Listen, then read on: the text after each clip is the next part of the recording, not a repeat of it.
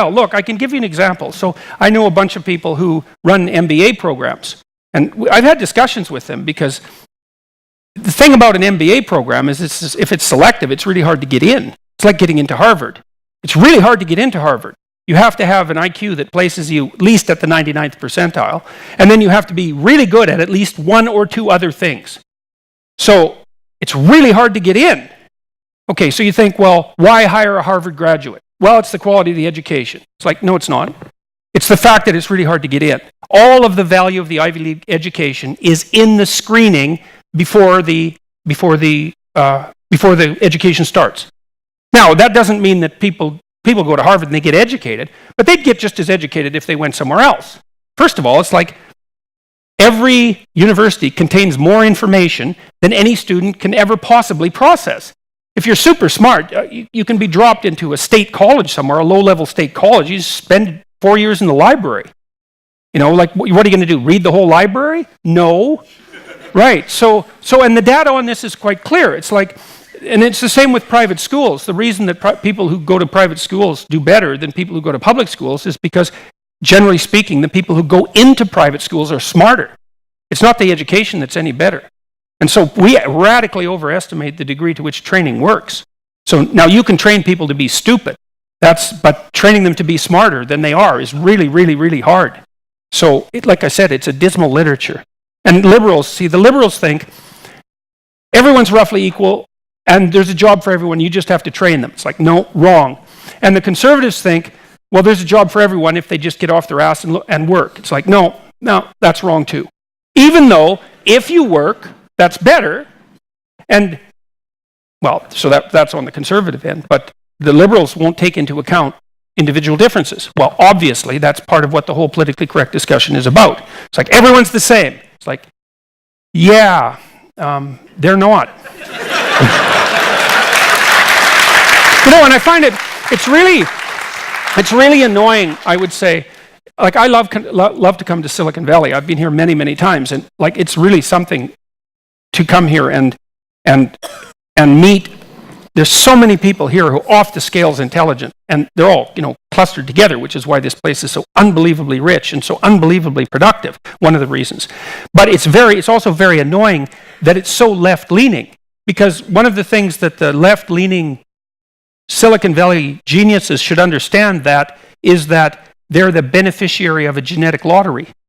Mm-hmm. And they should take that seriously. It's like, yeah, you worked hard. Yes, you're entrepreneurial. Yes, you're on point. You put in your 60 hours a week. You do everything you could. But you have an IQ of 150. And like, that's not your doing, mm-hmm. right? That's something that happened to you. And so you can't be saying, well, it's all me. It's like, no, It's not. It's all you and the genius that you were granted as an infant. That's it. That's what's driving it. Now, that doesn't mean, I think, that people of disproportionate intelligence shouldn't be rewarded disproportionately. It's possible that they should, because it might be in the best interest of everyone else to dump as much money as possible to the top 2% of the cognitive strata, because they're going to be most generative with it. And even if it's not fair, because you might say, well, just because you won the genetic lottery, does that mean that you should have more money than anyone else? It's like, well, not on the grounds of fairness, but if you have to distribute money, well, who are you going to distribute it to? And I think, was it Ted, who ran CNN? Ted Turner. Mm-hmm. He estimated that if you tried as hard as you could in your entire life, there was no way that you could spend more than $400 million. And so let's say you have more money than that at your disposal. Well, hopefully you're going to do some halfway intelligent things with it, and hopefully you'd expect that the more intelligent people would do more than halfway intelligent things with it. So if you have to have unequal distribution, then a meritocracy is probably the best way to do it. But it still leaves you with this terrible problem, which is, what do you do with all the people who stack up at zero? And the answer isn't have contempt for them because they don't work as hard as you. It's like, yeah, a bunch of them don't. Because conscientiousness also predicts success. So among the poor, there are people who don't work, but you never want to underestimate the contribution of cognitive ability.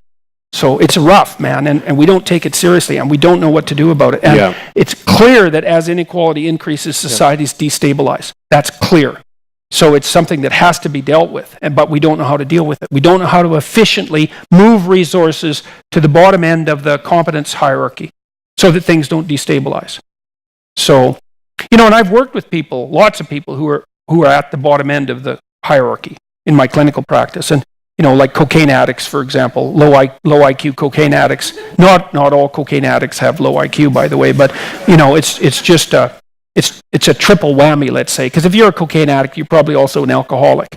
And so if you're a cocaine addict and you're an alcoholic and you're sort of on the low end of the cognitive distribution, it's like you have a pretty damn rough life. There's a lot of things going wrong for you. And you're really lucky if you're flat broke. Because as soon as you get money, you are so done, you cannot believe it. So like when your unemployment check comes in and you're a cocaine addict, alcoholic who isn't employed, the probability that 3 days later you're going to end up face down in a ditch is really, really high. So don't be thinking like it's not so simple that you can just dump money down the competence hierarchy to the people who are in the underclass and expect that that's going to have a salutary effect. I don't think there's any evidence for that whatsoever. Like money is not an easy resource to use productively.